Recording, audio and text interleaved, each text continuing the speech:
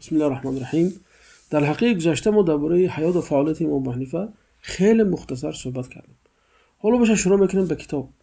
اما پیش از که به کتاب شروع کنیم درباره کتاب فقه اکبر معلومات کوتاهی میدیم. فقه اکبر یک کتاب است که نسبت داده میشد به امام ابو حنیفه رحمت الله علیه و چون که اون زمان تالیف بسیار مشهور نبود، حالا ما گفتن که این فقه رو، این عقیده رو ابو حنیفه رحمت الله علیه به ما زبانی گفتن، دهانی گفتن و شاگردها نوشته گرفتن و بعد از اون این نوشتجات به نام امام ابو حنیفه رحمت الله علیه نشر شد.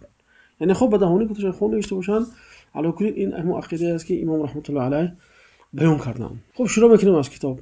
کتاب خیلی مختصر است، شاید که یک و نیم صفحه است، لیکن شرحش خیلی دراز میکشد و ما حرکت میکنیم که هر حلقه رو نه زیادتر از 10 دقیقه برای شما تقدیم کنیم. قال الامام ابو حنیفه رحمه الله: اصل التوحید و ما يصح الاعتقاد عليه يجب ان يقول آمنت بالله وملائكته وكتبه ورسله والبعث بعد الموت والقدر خیره و شره من الله تعالی. خب این یکمین جمله از کتاب است که امام رحمت الله علیه اینجا میگن که اصلی توحید، یعنی که اساسی توحید و زیربنای عقیده صحیح و عقیده درست و اون چیزی که عقیده با اون درست میشود، این است که واجب است بر انسان که گوید.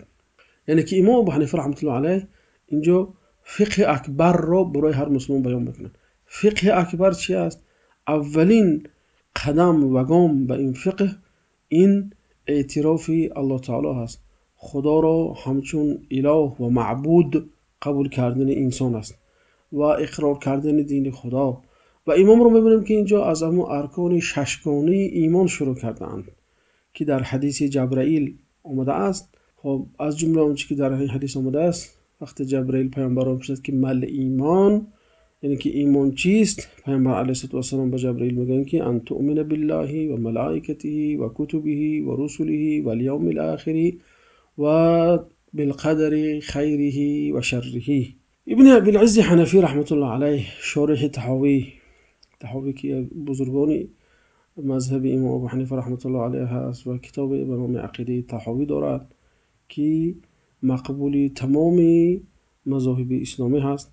میگن که فهذه الاصول، یعنی این اساس ها و این اصل ها، این مقصدش همون ارکان ایمان را در نظر دارد: ایمان به الله و فرشتگان و کتاب ها و رسول و روز قیامت و زنده شدن پس از مرگ و تقدیر نیکی و بدی.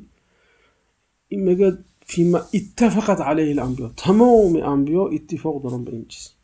یعنی همه پیامبرانی که از طرف الله تعالی مبعوث شده اند، ارکان دین اونها عبارت از همین چیز بود: ایمان به خدا و فرشته ها و پیامبران و کتاب ها و زنده شدن پس از مرگ و تقدیر نیکی از طرف الله تعالی هست. تقدیر نیکی و بدی از طرف الله تعالی هست.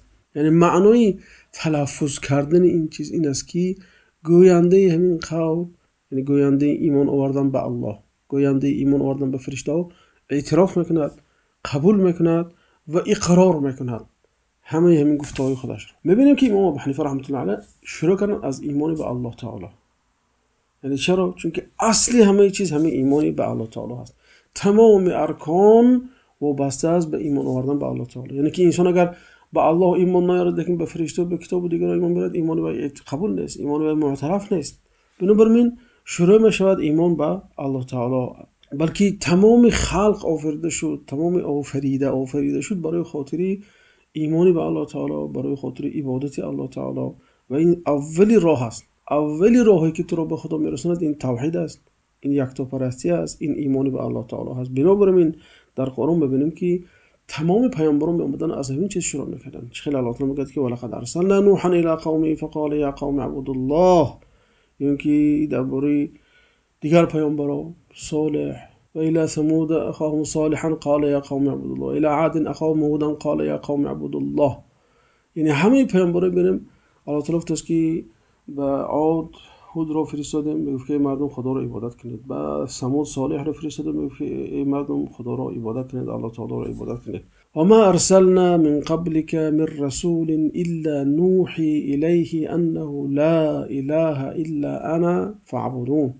یعنی این آیت هم اشاره به اون میکنه که الله تعالی میگه که پیش از تو یگان پیامبر رو نفرستاده مگر اینکه به اون میگفتیم که نیست خدای پرستیده شونده بر حق مگر مگر من، میگه الله تعالی، پس مرا عبادت کنید. این خطاب الله تعالی برای تمامی پیامبران بود. مثلا اگر رکن اسلام نگاه کنیم، پیامبر علیه السلام میگن که شهادت ان لا اله الا الله و ان محمد رسول الله، یعنی که اولین واجب بر مکلف این قول لا اله الا الله، یعنی که گواهی دادن بر لا اله الا الله هست.